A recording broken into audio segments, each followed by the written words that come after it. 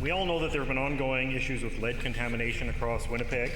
Last week in estimates, the Minister of Health had this to say about lead tests in soil.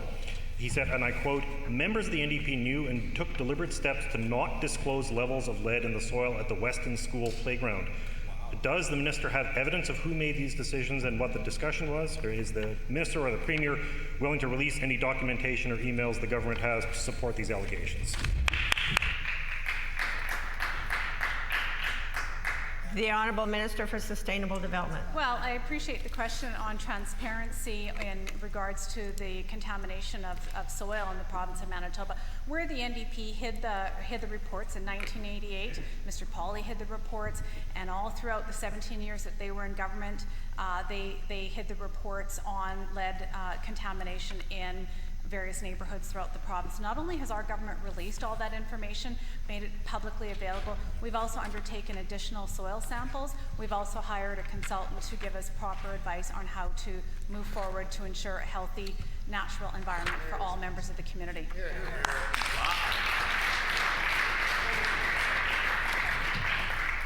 The Honourable Member for St. B on a supplementary question. Thank you, Madam Speaker. Sorry about that. The issue of lead contamination from old sources is long-standing. We know there were smelters in Weston, near Point Douglas, and other areas that could have been sources of lead and other heavy metals, but it is an open question about whether residents of St. Boniface are still being subjected to new pollution from modern scrap metal recycling when burning metal may be vaporized and raining down on people's yards. An air monitor was promised, it was installed, the website says it's working, but it isn't sharing the data. So the Kavanaugh Park air monitor has completely disappeared from the government's website. When will this be fixed, Madam Speaker?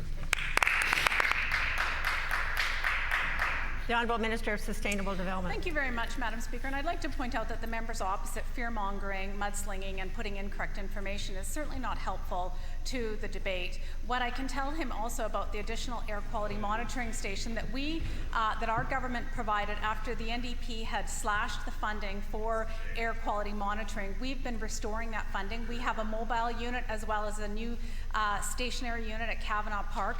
They are uploading the data. That data is reporting on a very regular basis, and if the member opposite would like a briefing on how to interpret the data, I'd be more than happy to provide that.